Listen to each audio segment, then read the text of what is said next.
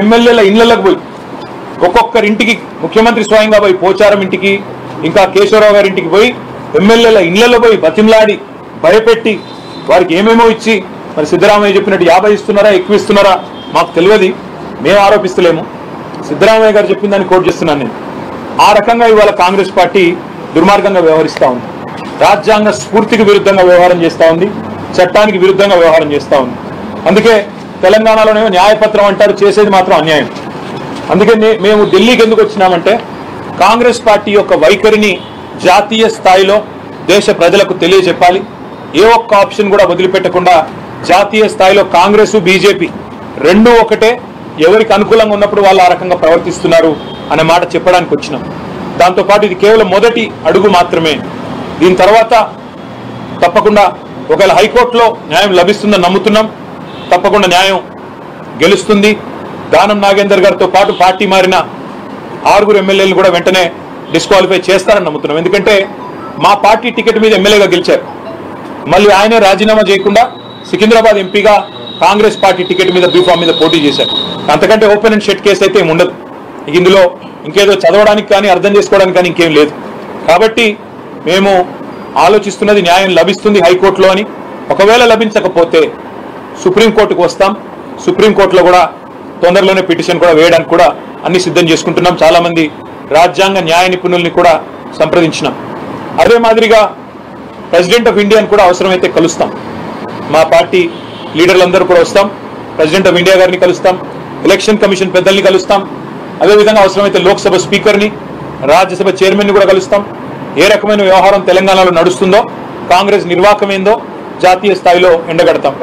కాబోయే సెషన్ కూడా వస్తూ ఉంది 22 నుంచి 22వ తారీఖున సెషన్ ప్రారంభంగా అవుతా ఉంది. మాకు రాజ్యసభలో 4 సభ్యులు ఉన్నారు. రాజ్యసభలో కూడా ఈ అంశాన్ని లేవనెత్తుతాం. అంటే ఏ వేదిక మీద అయితే న్యాయం జరగాల్సి ఉంటుందో ఆ ఏ వేదికను కూడా వదిలిపెట్టకుండా తప్పకుండా కాంగ్రెస్ పార్టీ యొక్క దుర్మార్గాన్ని ఎండగడతాం. ఏ ఒక్క అంశాన్ని కూడా వదులుకోం. ప్రైమ్ మినిస్టర్ అని మీరు అన్నారు, ప్రైమ్ మినిస్టర్ని కలవాలన్న ఆలోచన అయితే లేదు. ఎందుకంటే కలిసినా ఏదైనా అభివృద్ధి గురించి కలుస్తాం తప్ప ఈ విషయంలో వారు చేయగలిగేది ఉండదు. కాబట్టి ఎలక్షన్ కమిషన్ కానీ ప్రెసిడెంట్ కానీ కస్టోడియన్స్ ఆఫ్ కాన్స్టిట్యూషన్ ఎవరైతే ఉన్నారో వారిని కలుస్తాము.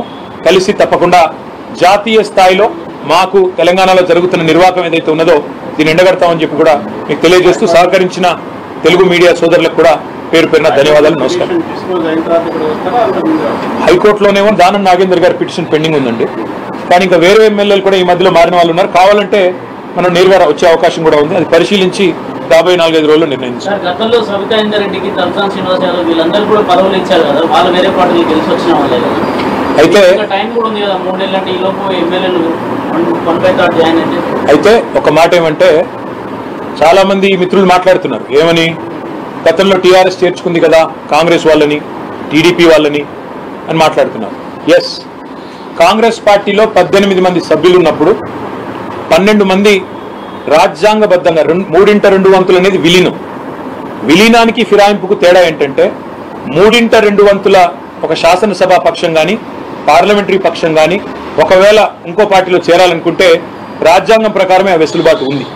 అది కాంగ్రెస్ విషయంలో 18లో 12 మంది చేరారు, టీడీపీ విషయంలో 15 మందిలో 10 మంది చేరారు, బీఎస్పీ ఇద్దరు ఉండేది వాళ్ళిద్దరూ చేరారు, పోయిన టర్మ్లో టీడీపీకి ఇద్దరు ఉంటే ఇద్దరు కూడా చేరారు. కాబట్టి విలీనానికి ఫిరాయింపులకి ముందుగా మనం వ్యత్యాసం తెలుసుకోవాలి. ఒకటి. రెండవది, మాకు 38 మంది శాసనసభ్యులు ఉంటే ఇప్పుడు అందులో 6-7 ఈరోజు కాంగ్రెస్ పార్టీ కండువా కప్పుకున్నారు. ఒకటేసారి 26 మంది పోతే అది విలీనం. కానీ ఒక్కొక్కరుగా పోయి అక్కడ అవతల టికెట్ల మీద పోటీ చేస్తే అది ఫిరాయింపు కిందకే వస్తుంది. ఈ విషయంలో చట్టం చాలా స్పష్టంగా ఉంది.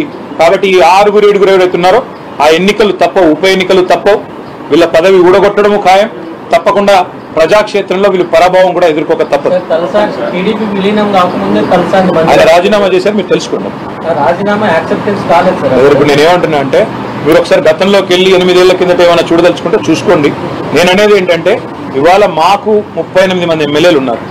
అందులో 6-7 పార్టీ బైలాకి, రాజ్యాంగానికి, భారత రాజ్యాంగానికి విరుద్ధంగా ఇవాళ కాంగ్రెస్ పార్టీ వాళ్ళను కొనుగోలు చేసిందా, సామధాన భేద దండోపాయాలు వాళ్ళే చెప్పినట్టు ప్రయోగించిందా, మరి కాంగ్రెస్ పార్టీ చెప్పాలి. అన్నింటికి మించి హిపోక్రసీ, డబుల్ స్టాండర్డ్స్, ద్వంద్వ ప్రమాణాలు ఏ కాంగ్రెస్ అయితే నీతివంతమైన మాటలు మాట్లాడుతుంది, రాజ్యాంగాన్ని చూపెడుతుందో వారికి మేము గుర్తు చేయాల్సిన అవసరం ఉంది. ఎందుకంటే రాజ్యాంగ స్ఫూర్తికి వ్యతిరేకంగా నేను ఒకటే అడుగుతున్నాను విజయ్ గారు, రేపటి రోజున కాంగ్రెస్ కుండే 99 మంది ఎంపీల్లో 20-30 మంది ఇంకో పార్టీలో చేరారనుకోండి, అది సమ్మతమేనా కాంగ్రెస్ పార్టీకి? కాబట్టి కాంగ్రెస్ ఆలోచించుకోవాలి. ఇవాళ వాళ్ళు చేస్తున్నది రేపు మళ్ళీ వాళ్ళకి తిరిగి చుట్టుకునే ప్రమాదం ఉంది. ఇంకొక మాట కూడా నేను గుర్తు చేస్తా ఉన్నా, మీకు చాలా మంది మిత్రులు చాలా పరిమితమైన అవగాహన, పరిమితమైన చరిత్ర అదే మాట్లాడుతున్నారు. అసలు ఈ తెలంగాణలో ఈ ఫిరాయింపుల ఫర్వానికి శ్రీకారం చుట్టింది ఎవరండి? 2004లో రాజశేఖర రెడ్డి గారు కాదా? 2004లో టీఆర్ఎస్కి 26 మంది ఎమ్మెల్యేలు పొత్తులో గెలిస్తే 10 మంది ఎమ్మెల్యేలు తీసుకొని పోయింది ఎవరు? మొదలు పెట్టింది కాంగ్రెస్. ఆ రోజు తీసుకున్నది వాళ్ళు 10 మందిని. నేనేమంటున్నా అంటే చరిత్ర అంటూ తవ్వుకుంటూ పోతే కాంగ్రెస్ చేసిన ఘాతకాలు ఎవరు చేయలేదు. ఇప్పుడు నేను అనేదల్లా ఒకటే, ఇది రాజ్యాంగబద్ధం కాదు, చట్టబద్ధం కాదు. కాబట్టి వాళ్ళని అనర్హులుగా ప్రకటించాలని మేము డిమాండ్ చేస్తున్నాం. స్పీకర్ గారు నిర్ణయం తీసుకుంటారని ఆశిస్తున్నాం. తీసుకోకపోతే ఇతర వేదికలు తప్పకుండా ఎక్స్ప్లోర్ చేస్తాం, న్యాయం దొరికే వరకు పోరాడు. ఎలక్షన్ కమిషన్ కూడా తప్పకుండా కలుస్తాం. ఎందుకంటే ఎలక్షన్ కమిషన్ ఆనాడు వాళ్ళ అఫిడవిట్ కూడా ఇస్తారు. అఫిడవిట్ లో స్పష్టంగా ఏ పార్టీ మీద పోటీ చేస్తున్నాం అనేది రాసి ఉంటుంది. ఇవాళ ఏ పార్టీలో ఉన్నారో కూడా వాళ్ళు చూడాలి. న్యాయ వ్యవస్థలు, రాజ్యాంగబద్ధమైన సంస్థలు తప్పకుండా సంస్కరణలు కూడా రావాల్సిన అవసరం ఉంది. ఎవరు ఫిరాయించినా వెంటనే అనర్హులుగా కావాలి అని కాంగ్రెస్ ఏదైతే న్యాయపత్రంలో చెప్పిందో అది అమలు కావాలని మేము కోరుతాం. Thank you.